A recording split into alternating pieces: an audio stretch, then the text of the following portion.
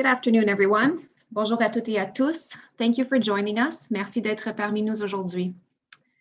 We are here today to provide an update to the City of Ottawa's response to the COVID-19 pandemic. Nous sommes ici aujourd'hui pour vous fournir une mise à jour sur les mesures prises par la Ville d'Ottawa pour faire face à la pandémie de COVID-19.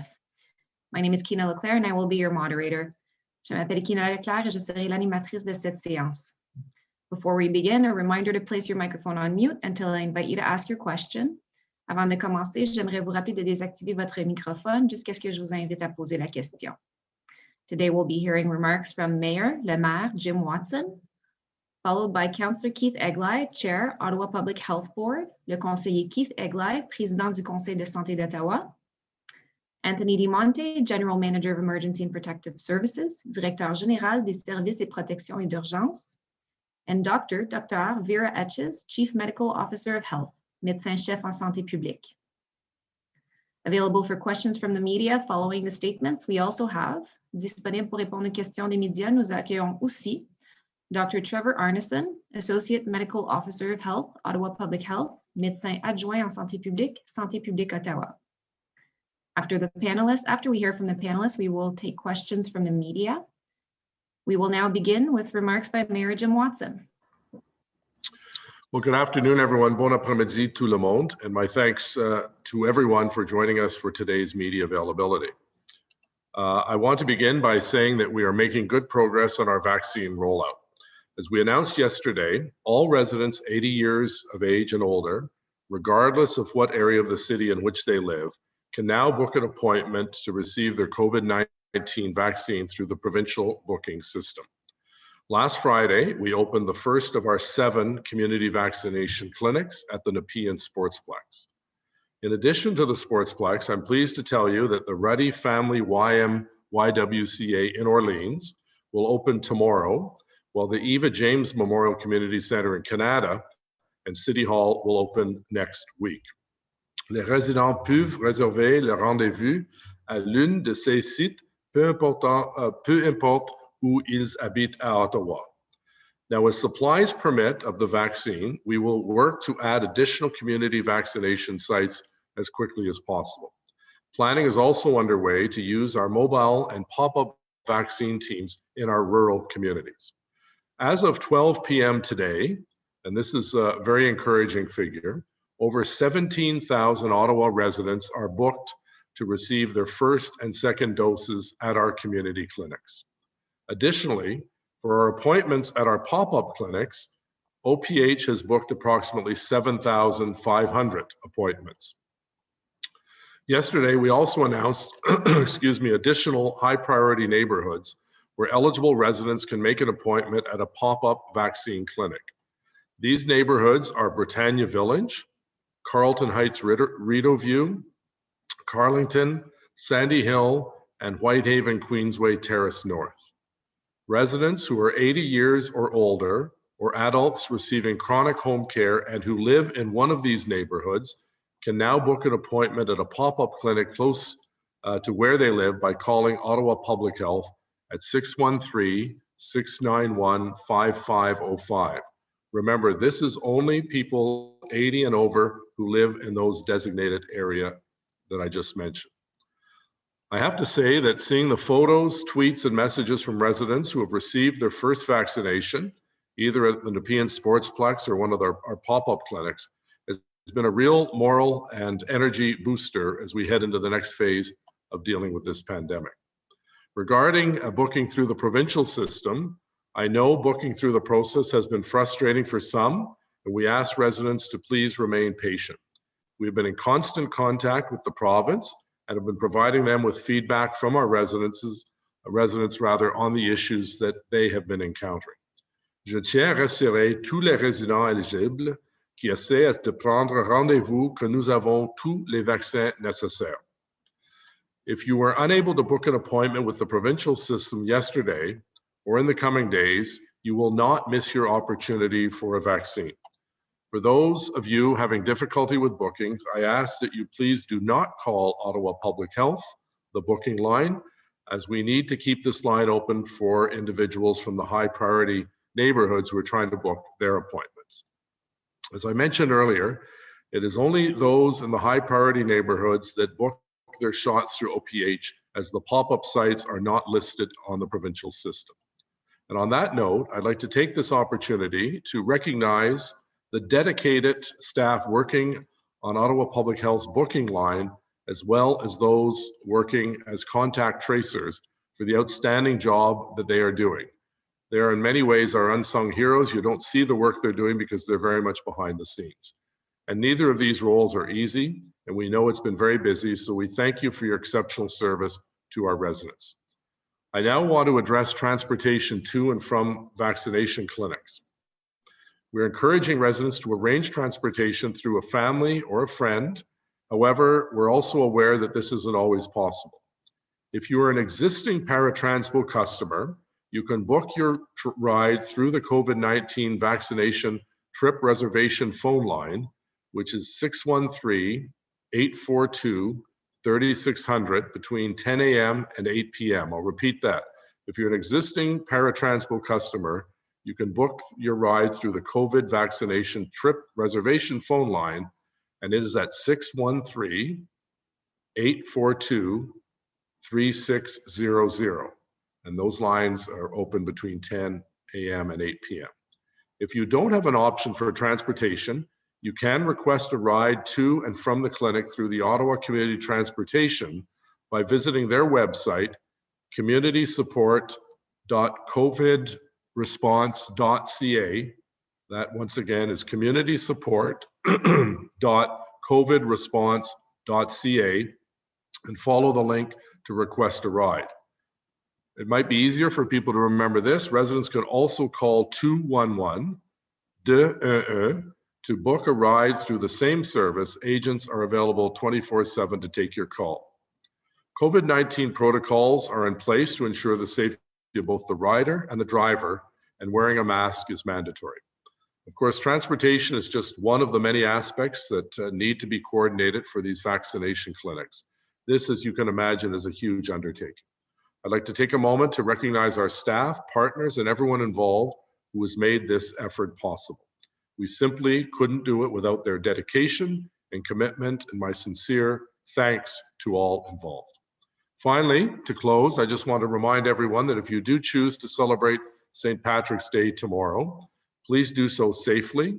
Remember to be COVID-wise in your celebrations. Celebrate with people within your own household, or if you do venture out, remember to wear a mask, practice physical distancing, wash your hands thoroughly, try and celebrate outdoors, and please stay at home if you're feeling unwell. I want to wish everyone a happy and safe, most importantly, safe St. Patrick's Day. Merci beaucoup encore pour tout le personnel qui travaille sur ce dossier très important pour la ville. Thank you to all involved, and thank you to the residents of Ottawa for your patience as the province works through some of the glitches from yesterday's launch. Merci. Thank you. Thank you very much, Mayor Watson. We will now hear from Councillor Keith Eglai.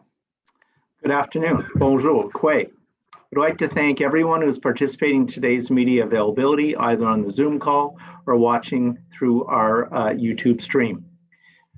I want to begin by wishing everyone a happy St. Patrick's Day tomorrow. As I said at Council last week, on St. Patrick's Day, everyone is Irish. Normally, many of us would be going out to pubs and restaurants to celebrate with family, friends, and neighbors.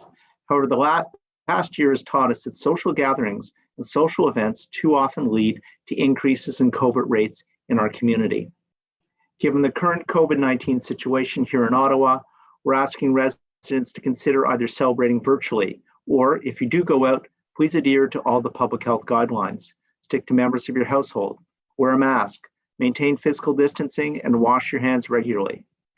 Bars and restaurants have implemented protocols, and we ask that everyone respect them. As it is to get together with friends and extended family, we ask that people not do it this time, not do that this year. And certainly we ask that people not organize parties in their homes.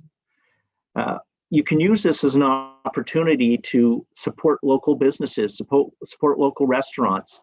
Get your favorite takeout and bring it home with you, and listen to some Sean McCann. Have some green beer, but do it at home and do it safely. As Mayor Watson has alluded to, and Mr. DeMonte and Dr. Etches will elaborate on, there is good news. More and more residents are now eligible to receive their COVID-19 vaccine. More clinics are opening up, and this momentum will only continue to increase in the weeks and months ahead. We know the phone lines and online booking portals have been very busy. I want to thank the staff very much who have been working hard on that and making the process as pleasant as it can possibly be.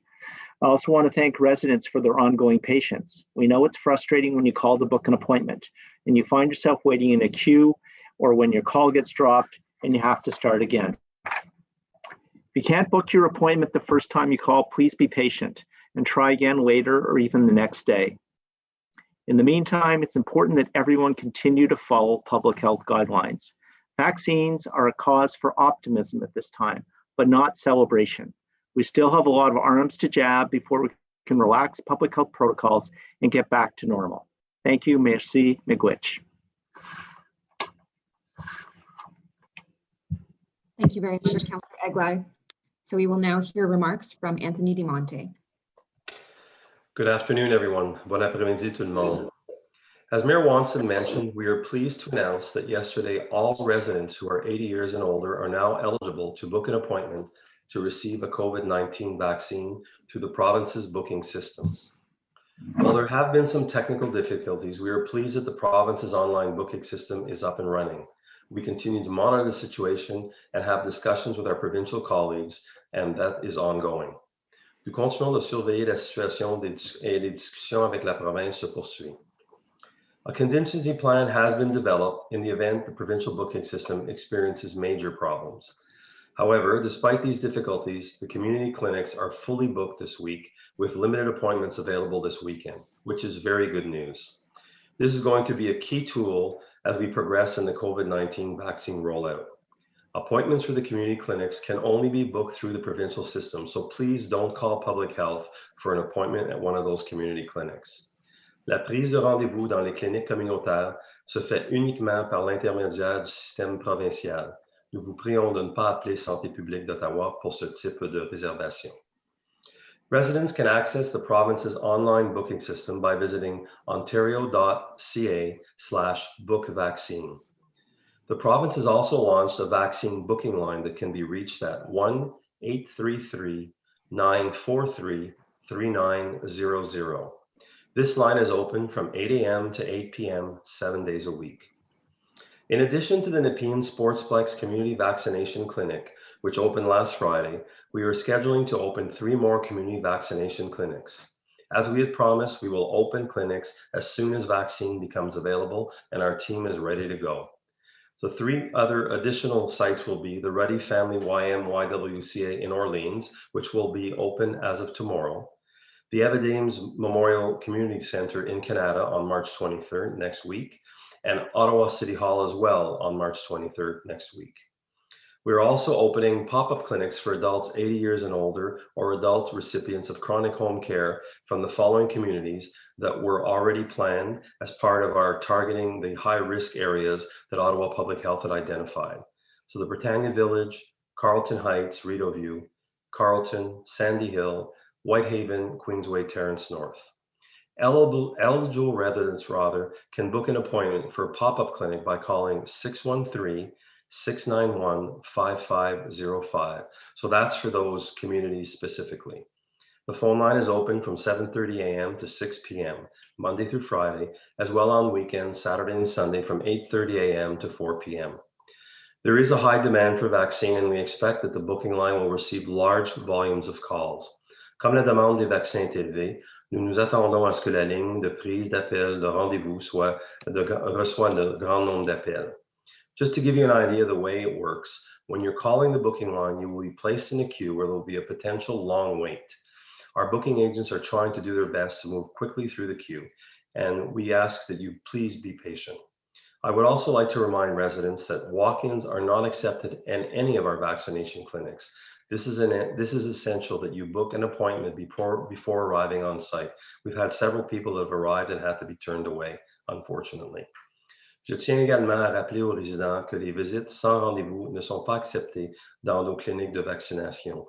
Il est essentiel de prendre rendez-vous avant de vous présenter sur place. On that note, in order to maintain physical distancing and to reduce the number of people at the clinics, we're asking that residents do not arrive any earlier than 10 minutes before your scheduled appointments. I can assure everyone that all clinics are accessible and accommodations will be made for residents who need help with their accessibility. Je peux vous assurer que tous les cliniques sont accessibles et des mesures d'adaptation seront mises en place pour les résidents qui ont besoin d'aide en matière d'accessibilité. I want to take a moment to highlight the success that we've had since the first fixed community vaccination opened in the Nepean Sportsplex. This location opened on Friday for residents 90 years of age and older and was fully booked over the weekend. Since its opening, over 2,100 individuals have received their first dose at this clinic. As I've said before, our situation is changing with vaccines and is fluid and is constantly being adapted to based on demand. Comme je l'ai déjà dit, notre situation qui concerne la vaccination est fluide et en constante évolution.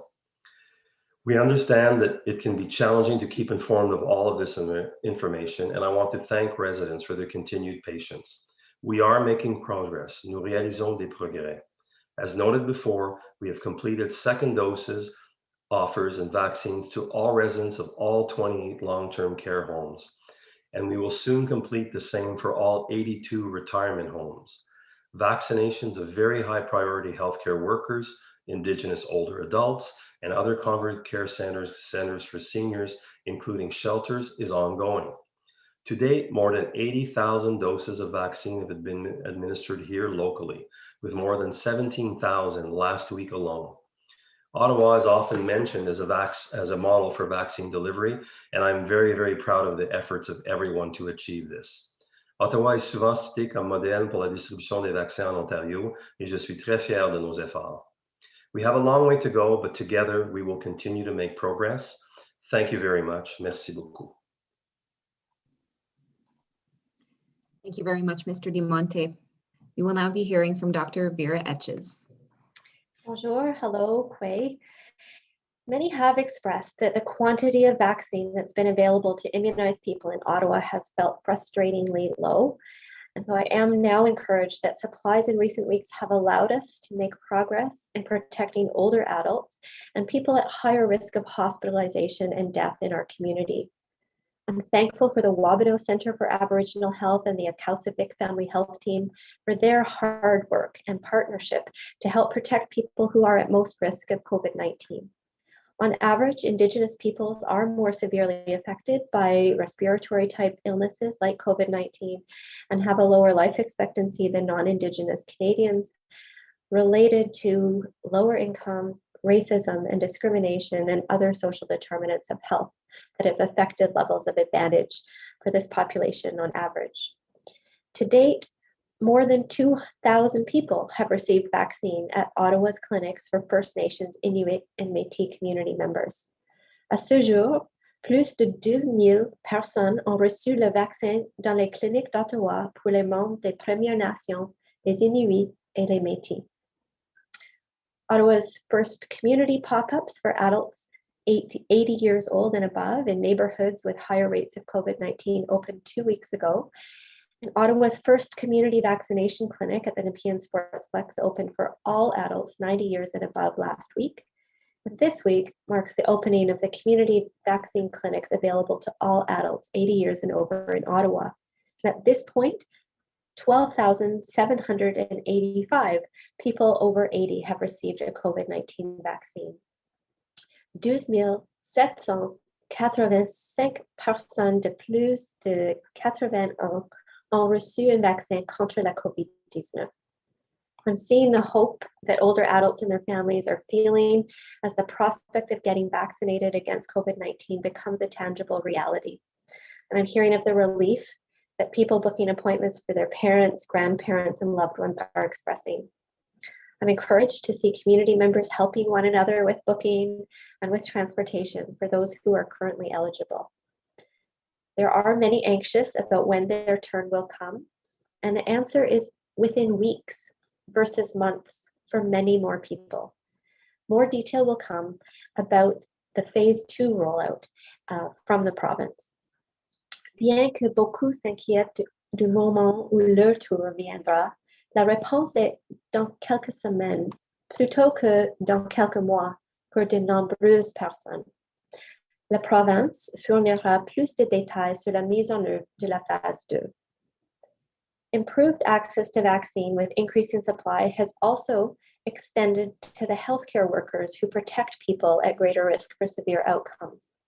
Since the launch of the pre-registration online tool for healthcare workers who are in the provincial categories of highest priority and very high priority, 11,000 people have provided their information, which is now being used to provide an orderly booking of this population.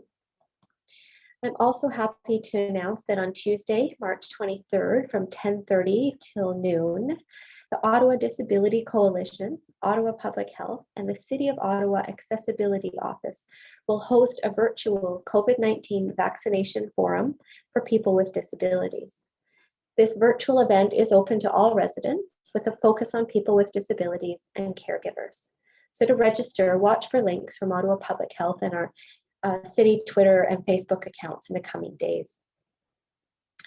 Ottawa Public Health is working with diverse community members to promote vaccine uptake and increase vaccine confidence, to understand ways to ensure equitable distribution of the COVID-19 vaccine to populations and communities disproportionately impacted, such as the Black community, and to clearly communicate how, when, and where to access vaccine clinics.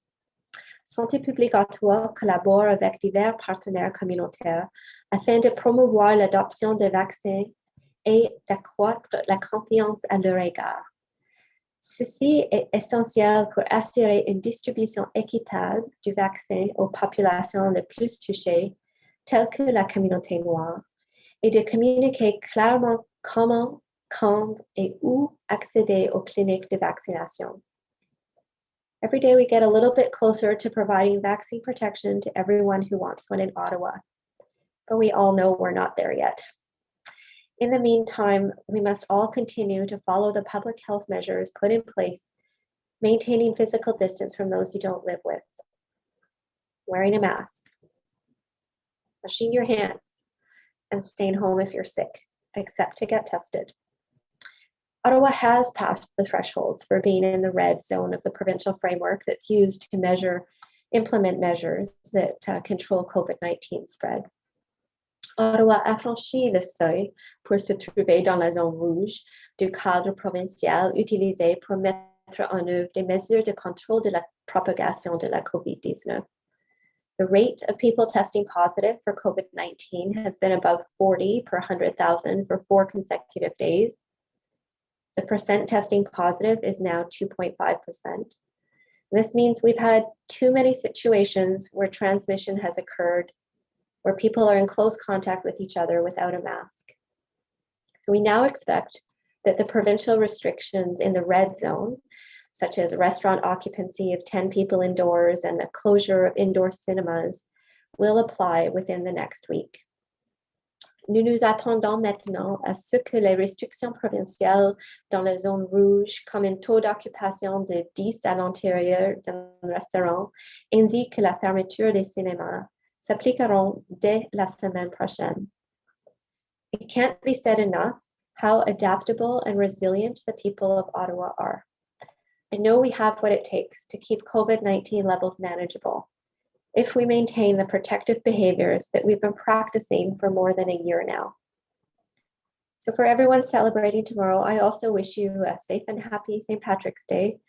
For my family, we will be wearing green and playing some Irish music for an after dinner family dance in the living room. Thank you, merci, and miigwech. Thank you very much, Dr. Etches. I will now invite questions from each agency alphabetically. You may ask one question with one follow-up. Nous allons maintenant répondre aux questions de chaque organisme par ordre alphabétique. Vous pouvez poser une question et une question de suivi. Again, a reminder to remain on mute until I invite you to ask your question. We will now begin with Kimberly Molina at CBC Ottawa. Can you hear me? Yes, we can. Okay, perfect.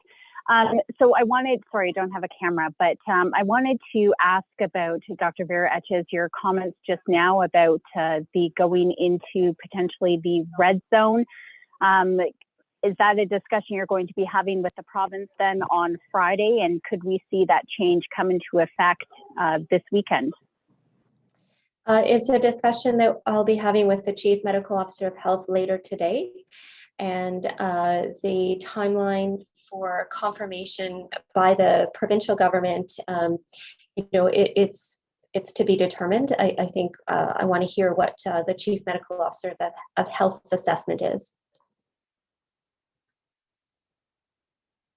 Can you expand on sort of what those conversations will be? I mean, you've mentioned the fact that we are seeing, and I think most of our key indicators have been squarely in the red zone for the last several days.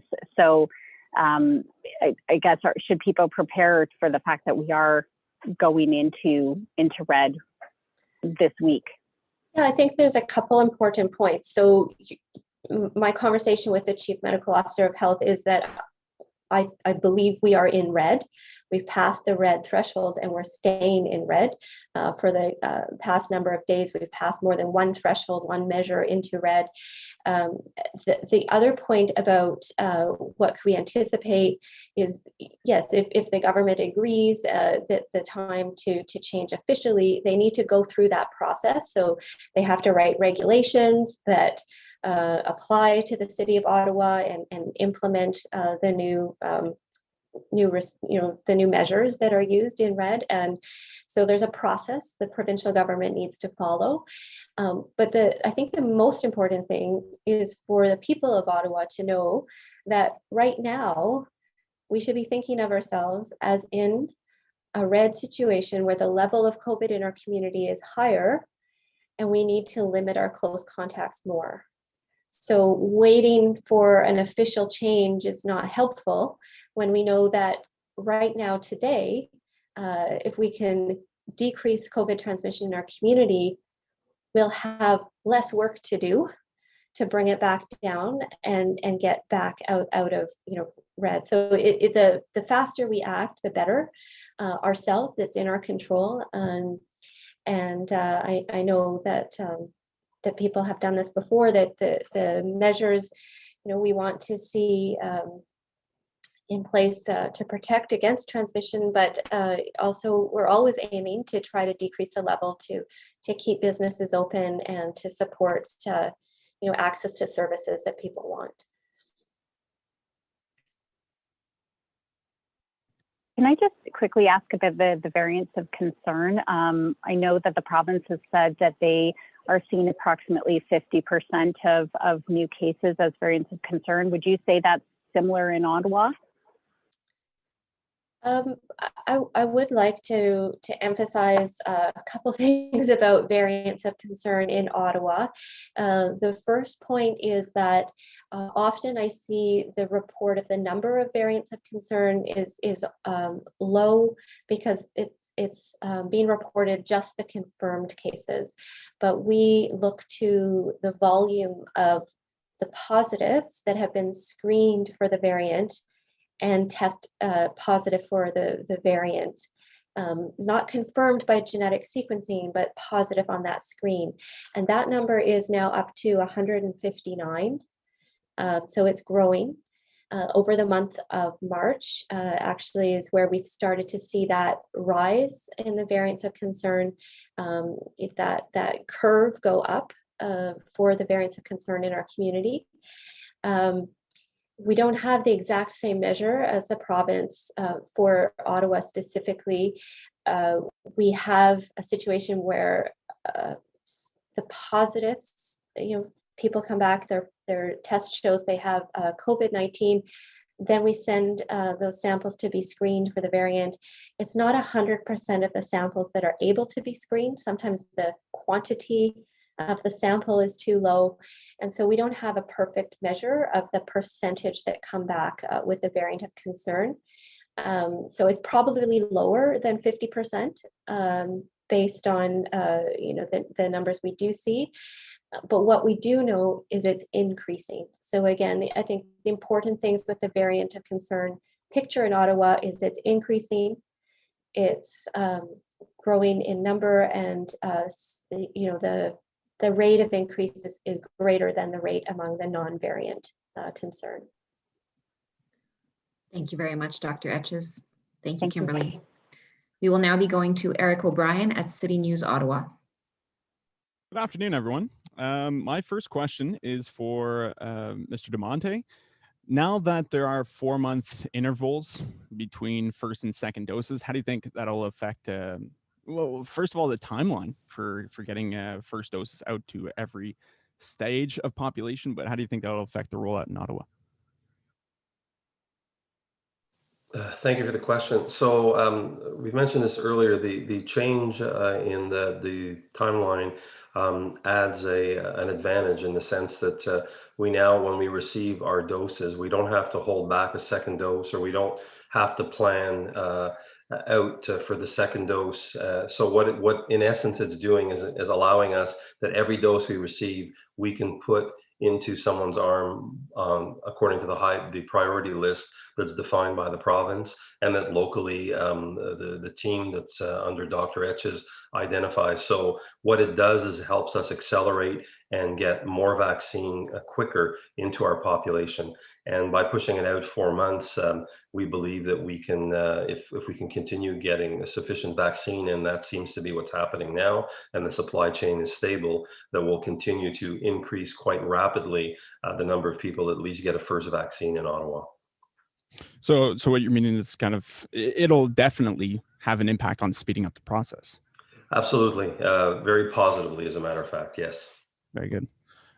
So maybe as a second follow-up question to that, 80-year-old residents are now able to start booking a vaccine. You said that you got through about 2,000 of the 90 plus, the 6,090 plus in Ottawa. So that's kind of continuing, I guess, or finishing up this week, and then moving on to the next ones. Yeah, so as you remember, we had identified that we had limited vaccine initially, and we pushed the envelope. We started our own vaccination of that key priority group at Nepean, but now it's 80 and above, so they're also being captured in the broader group as well. And so yes, directly to your answer, that's continuing as we speak and will continue. So 90-year-olds can go now to the other clinics that will be opening up as well. So anyone 80 and above can go to any of those clinics, and we'll have 4 very soon. So the remainder, I guess that's what you're referring to. We said there was about 6,000, and we've done about 2,100 now. The remainder can be captured in any of those other sites. Thanks a lot. And just to say that those are just the figures for that one site over a few days. The number of people over 80 who've been protected with vaccine so far is the number I gave, the 12,700 to date. Thank you. Thank you very much. We will now be going to Ted Raymond at CTV Ottawa. There we go. Hi, good afternoon. I guess my first question is going to be for Mr. DeMonte. You mentioned a contingency plan if the provincial booking system goes down. Could you elaborate a little bit more on how that will work? Yeah, so and it's not a reflection on the provincial system. Listen, there's bugs the first days, and I suspect there may be other over the next couple of weeks. I mean, this is a very complex system, covering all the province of Ontario.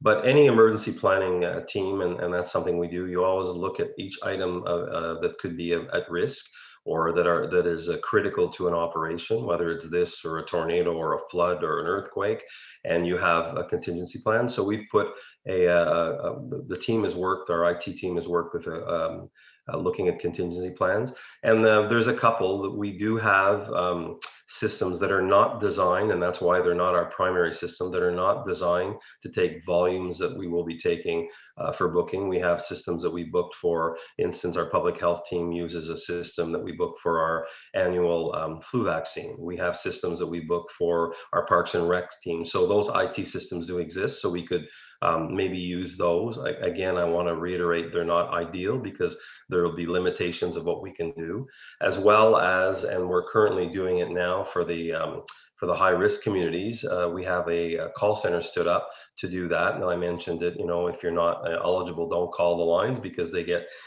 quickly overwhelmed. But we could increase that capacity if we had to. So those are some of the systems we could stand up if we had to. Again, I don't suspect we'll have to do that. I know the province is working. They did have some initial problems yesterday. Over the next few days may have other problems, but it is a complex system. However, if ever there was a major situation and the whole system went down, both myself and Dr. Etches, as we move this forward, we want to ensure that the vaccine we have, we can continue to roll out. So we would put online those systems that would be far from ideal, but at least would allow us to continue vaccinating the residents here in Ottawa in the priority groups as we continue to work our way through. So broadly, that would be the way we would approach it. All right, thank you. My next question is for Dr. Etches, maybe Mr. Eglai and Mayor Watson as well. Just asking about the city's response to this plan for an outdoor concert at Lansdowne later this month. It includes rapid antigen testing beforehand. What are the city's concerns or thoughts about this event? Are there concerns from public health perspective, especially with the red zone potentially coming up? Yeah, thank you. We have been speaking with the event organizers, and our first recommendation was that now is not the time to be hosting concerts. However, there are activities permitted under the provincial framework, and so we worked with the organizers to make that very clear that when an outdoor gathering of up to 100 people is to occur, it needs to occur with distance between people. And so your typical concert environment where people might be close together and mingling, even singing, that's not acceptable under provincial regulations. And so more of the approach where people are sitting at tables, limited to 4, ideally from one's household. That same approach as on a patio is the way we worked with the organizers to decrease the risk. Certainly, we also communicated to event organizers that rapid testing on its own is not sufficient to provide safety or protection against COVID-19 transmission. It really is the distance between people. And of course, that if there's a risk of crowding, wearing masks, even outdoors, adds protection against COVID transmission. So if the province supports a move into the red zone, 100-person outdoor event is no longer permitted. That is also clear. Yeah, if I can add, it's it's not ideal at this time. I can understand why people want to do it, but it's clearly not ideal. As I said earlier, vaccination program is great. It's a cause for optimism, but we're not at the celebrating stage right now. And we've done everything we can working with the group to express our concerns. And as Dr. Etch has said, if we do shift into the red zone, that will have an impact on whether that goes ahead or doesn't go ahead and how it goes ahead, because the restrictions, of course, change when we're in the red zone. If I could just offer a comment, there's no question in the live music industry, which is an important part of our culture, has been hit hard. But my understanding through discussions with the organizer in my office is that it would not go ahead if we're in the red zone for obvious reasons. Thank you. Thank you very much, everyone. We will now be going to Craig Lord at Global Ottawa. Thanks. This would be a question for Dr. Etches. In your conversation this afternoon with the province's Chief Medical Officer of Health, in terms of timing, is there any chance you would be suggesting an immediate move into red, keeping in mind, as Councillor Eglai has been warning against the threat of a St. Patrick's Day spike if people are engaging in potentially unsafe behavior around the special holiday? So I think, as I alluded to, there is a provincial process that needs to be followed because regulations need to be drafted and approved and put into place. we've heard from businesses that they need notice to adjust their practices. So people have indicated it doesn't work to announce something for the next day. We know that we can all make a difference in terms of the risk of COVID transmission, whether it's St. Patrick's Day or any day, with our own actions. So really encourage people. Now is not the time to be socializing. Any socializing we do that's in close contact with others potentially leads to COVID transmission, and the higher those levels go, the longer we're going to live with more restrictions. So it's not in our best interest. Now, I just encourage people to do their best at the basics, and know that we can get back to lower levels of COVID if we stick to those behaviors. Thank you. And a different question here about some ongoing outbreaks. The dashboard says that there are 2 outbreaks right now affecting warehouses in Ottawa. Just wondering if OPH is actively investigating any warehouses in the city to ensure that actually proper COVID protocols are being followed in those settings. So if there is an outbreak declared, that means we are actively working with those organizations to make sure that they implement practices to control COVID transmission in the workplace. We also proactively provide information to workplaces about how to, limit COVID in the workplace. It certainly starts with making sure people are supported to stay home when they're sick, that workers are doing the screening every day to assess whether they have symptoms of COVID. And then like other environments, the distance in the workplace is important, and wearing masks. So different levels of protection apply to warehouses as well. Thanks very much. Thank you, Craig and Dr. Etches. We will now be on va maintenant passer à Julien Paquette à Le Droit. Bonjour, la première question, ce serait pour la Dr. Etches. Vous avez mentionné qu'il y a une hausse des contacts étroits qui ont pu contribuer à l'augmentation des chiffres qui nous amènent en zone rouge. Est-ce que vous avez une idée plus précise des contextes dans lesquels ces contacts-là se sont multipliés et qui ont pu contribuer? Est-ce que c'est des gens qui se rassemblent chez eux ou si c'est dans un commerce en particulier?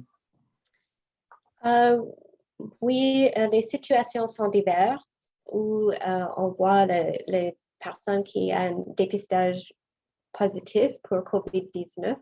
Il y a beaucoup de différents lieux de travail, mais pour la plupart, la moitié sont des contacts étroits dans les foyers.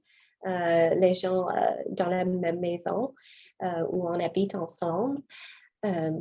Alors, ça c'est la grande source, et après ça, c'est introduit dans les autres lieux, et avec la socialisation, bien sûr. C'est comme on a mentionné auparavant, nous avons des angles morts pendant notre travail où c'est une pause pour dîner, où on a un moment avec nos collègues. Et c'est difficile de porter un masque tout le temps, et quand on a besoin de manger, on ne peut pas. Alors, on a besoin de faire attention aux moments comme ça où c'est important de maintenir la distance entre eux. Et aussi, il y a des situations avec les sports encore. C'est un autre type de socialisation, et les activités physiques sont importantes, mais les activités avant et après continuent d'être une source de transmission. Par exemple, quand les gens mélangent les enfants avant ou après, ou ils sont dans la même voiture, sans masque, aussi quand on change les vêtements pour jouer un sport dans une chambre sans masque, les situations comme ça contribuent. OK. Et peut-être que ma question suivie, ce serait pour le maire Watson et peut-être pour vous aussi. Vous aviez insisté beaucoup il y a plusieurs semaines, dans le fond, pour qu'on se retrouve, qu'on mette fin à certaines mesures qui étaient plus poussées de la province pour limiter la transmission. On se souvient que les commerces étaient tous fermés, sauf des grandes surfaces. Donc, puis je comprends de votre propos non, aussi que c'est pas nécessairement dans les restaurants que ça se transmet le virus en particulier. Donc, peut-être une réaction au retour à la zone rouge et de l'ajout de nouvelles restrictions. Est-ce que vous êtes déçu? Comment vous réagissez à ça? Mais peut-être, Julien, je vais commencer et Dr. Hatches ou M. Demonte avait plus d'informations pour toi, mais certainement, je suis déçu qu'on trouve dans cette situation parce que c'est vraiment important de continuer de demander au public de suivre des règlements. Et je sais que si la province a dit qu'Ottawa est sur la catégorie rouge, certainement, c'est vraiment difficile pour des petites entreprises, spécifiquement les restaurants, parce que maintenant, à niveau orange, c'est possible d'avoir un maximum de 50 personnes dans un restaurant. Maintenant, ou dans l'avenir, si la province a dit Ottawa est sur la catégorie rouge, c'est seulement 10 personnes. Alors, certainement, je pense que ce n'est pas des bonnes nouvelles pour des petites entreprises, mais c'est meilleur qu'un lockdown ou la couleur gris. Merci. Merci beaucoup. Merci beaucoup. We will now be going to Elizabeth Payne at the Ottawa Citizen. Thank you. A question for Dr. Etches, I believe.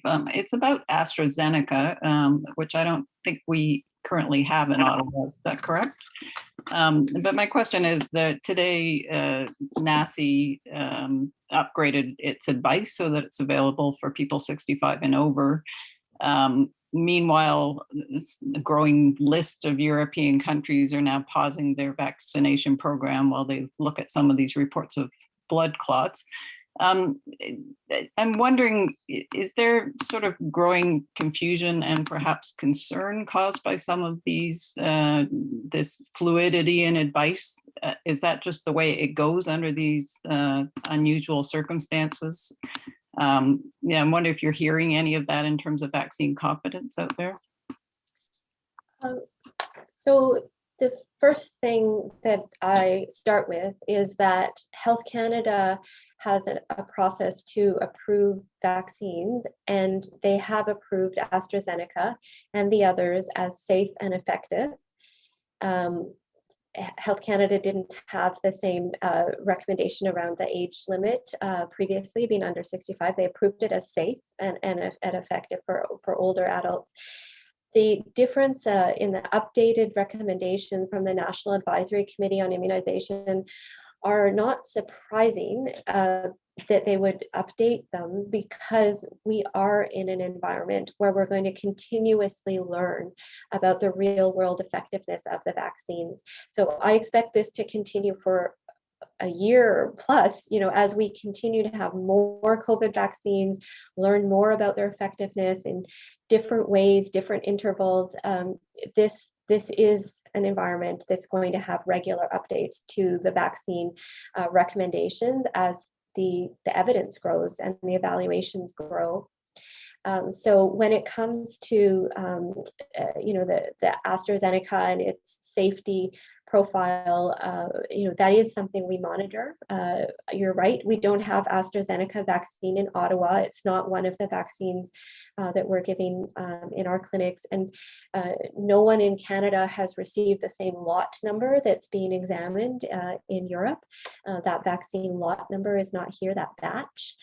But we do look for anything out of the ordinary after someone is immunized. That system is working in Canada.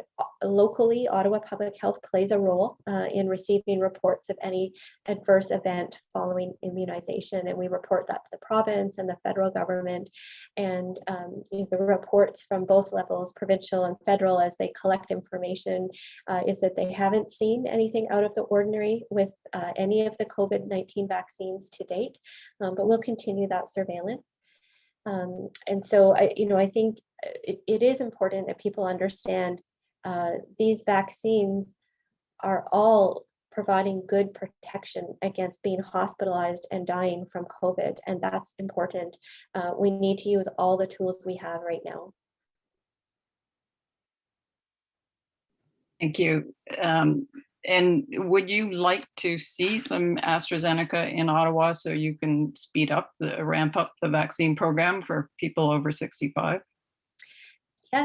Yes, Ottawa would be happy to see any of the approved vaccines by Health Canada grow in quantity for us to distribute more quickly to people in Ottawa. It does look like we are getting growing quantities, but we can handle even faster growth, and that would enable people to be protected faster. Okay, thanks very much. Thank you very much, Liz. We will now be going to Blair Crawford at Ottawa Sun. Hello there. This is for Dr. Etches, I think. I'm curious about what's being done in schools with the increase in variants, and whether there are additional measures that OPH is considering, such as like take-home test kits for kids, has been done in other jurisdictions. Yes, the situation concerning schools where children are testing positive for COVID and then a variant is identified continues to evolve in Ottawa. So the last time I updated the media, I think we had a couple of situations where COVID variant of concern was identified in a school, but we did not see ongoing transmission. Now we have some situations where we've seen a variant of concern identified at a school, and there has been ongoing transmission in the school. And so it's led to some school closures. We are using a stricter approach, modifying our approach when a variant of concern is identified.